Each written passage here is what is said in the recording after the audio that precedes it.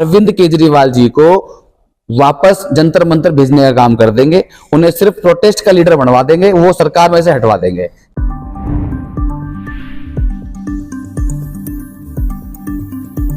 NDA Maharashtra के फॉर्मूले पर दिल्ली में चुनाव लड़ती है तो हम बहुत अच्छी सरकार बनाने जा रहे हैं। बाई दफा हम लोगों की म्यूचुअल अंडरस्टैंडिंग नहीं बनती है तो उसमें देखिए भारतीय जनता पार्टी का बहुत बड़ा नुकसान होने जा रहा है, क्योंकि हम भी अपने 70 कैंडिडेट दिल्ली में उतारने जा रहे हैं, जिसमें से हमने 11 को बिल्कुल नॉमिनेट कर दिया है, 11 कैंडिडेट हमने उतार दिए हैं।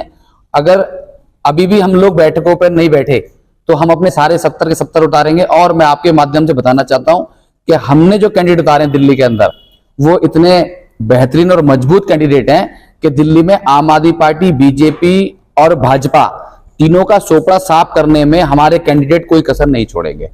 तो हम तो आपके माध्यम से कहना चाहते हैं कि एनडीए को महाराष्ट्र के फॉर्मूले पर दिल्ली में चुनाव लड़ना चाहिए, अदरवाइज क्या होगा वो समय बताएगा।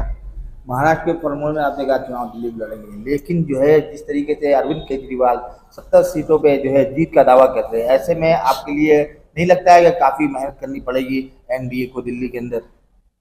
नहीं, मैंने क्या कहा, अगर एनडीए महाराष्ट्र के फॉर्मूले पे लड़ता है, हम जितने भी एनडीए के घटक दल हैं सारे लोग मिलकर चुनाव लड़ते हैं, तो हम अरविंद केजरीवाल जी को वापस जंतर मंतर भेजने का काम कर देंगे। उन्हें सिर्फ प्रोटेस्ट का लीडर बनवा देंगे, वो सरकार में से हटवा देंगे। ये हमारी मतलब ये आप इस चीज को चैलेंज समझ सकते हैं। दिल्ली के अंदर एनसीपी की जमीन इतनी मजबूत है नहीं, फिर किस आधार पे आप कह रहे हैं कि यहाँ पर जो है चने चबवा देंगे अरविंद केजरीवाल को? बताता हूं, क्योंकि दिल्ली की जनता पिछले 10 साल से तो कंटिन्यू नौटंकियां झेल रही है, आरोप और प्रत्यारोप की नौटंकियां चल रही हैं, काम कुछ हो ही नहीं रहा। तो दिल्ली की जनता तो पक चुकी है ना।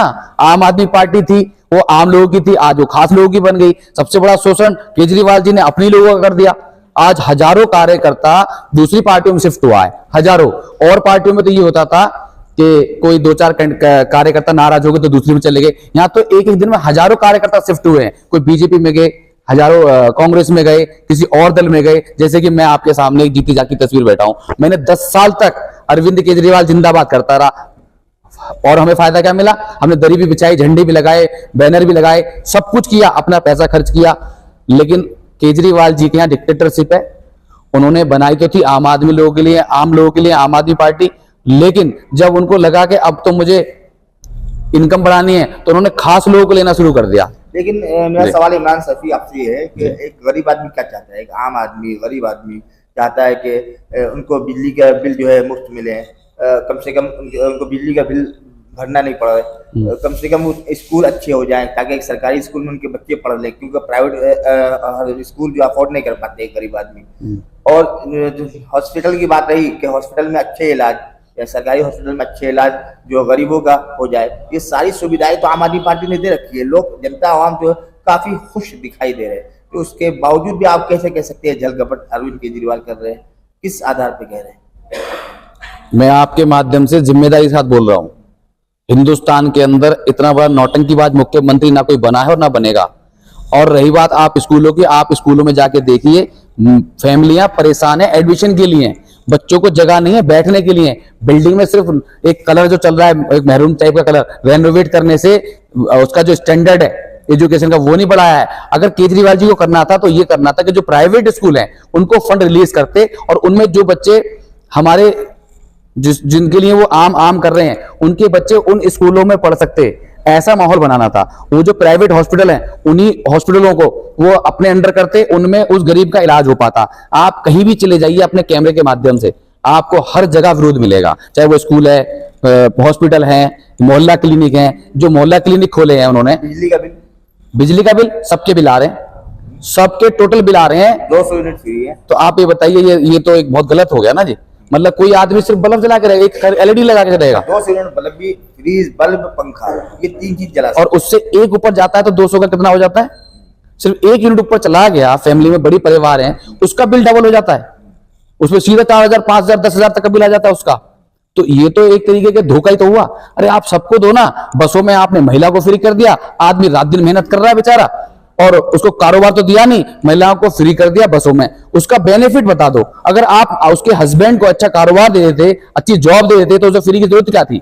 वो तो अच्छा 10 रुपए दे सकती थी। लेकिन आपने एक नौटंकी की फ्री कर कर। उद्योग नहीं लगाया आपने दिल्ली के अंदर। आप मुझे बताओ क्या उद्योग लगाया दिल्ली के अंदर?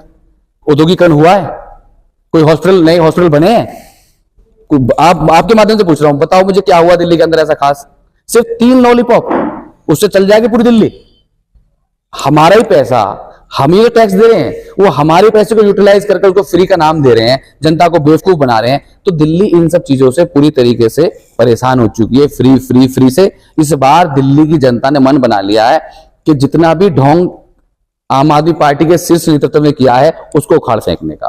तो परिवर्तन का मूड बना लिया है जनता ने, आप बिल्कुल बिल्कुल बना लिया है। और आप देख लेना, बहुत जल्दी परिवर्तन होने वाला है। और इनकी जो नीति है और इनकी कथनी करनी में कितना फर्क है। इन्होंने कार्यकर्ताओं को इतना शोषण किया है कि उसका बदला एक एक कार्यकर्ता अपने अपने वार्ड में, अपने अपने बूथ पर, जब ये कह रहे थे ना केजरीवाल जी मेरा बूथ सबसे मजबूत, जिसने वहां पे रहकर 10 साल काम किया और उसी बेचारे को कहीं का नहीं छोड़ा, वो अपनी अर्थव्यवस्था से गया, कारोबार से गया, अपने बीवी बच्चों से गया। उस कार्यकर्ता की हाय केजरीवाल जी आपको जरूर लगेगी और आप दिल्ली की सत्ता से वापस जाने वाले हैं, जहां से आए थे कौशाम्बी, वहीं मिलेंगे आप। बहुत शुक्रिया मिसाल इमाम सैफी, जो एनसीपी के दिल्ली वाइस प्रेसिडेंट है और ओखला से एनसीपी के प्रत्याशी भी है। इससे बातचीत हो रही थी ओखला विधानसभा के मुद्दों पर, और इन्होंने अरविंद केजरीवाल के जो 10 साल के जो कार्यकाल है उन पर बातचीत की रोशनी डाली। दर्शकों, आप क्या सोचते हैं, क्या समझते हैं, कमेंट करके बताएं। बहुत बहुत शुक्रिया। जय हिंद, जय भारत।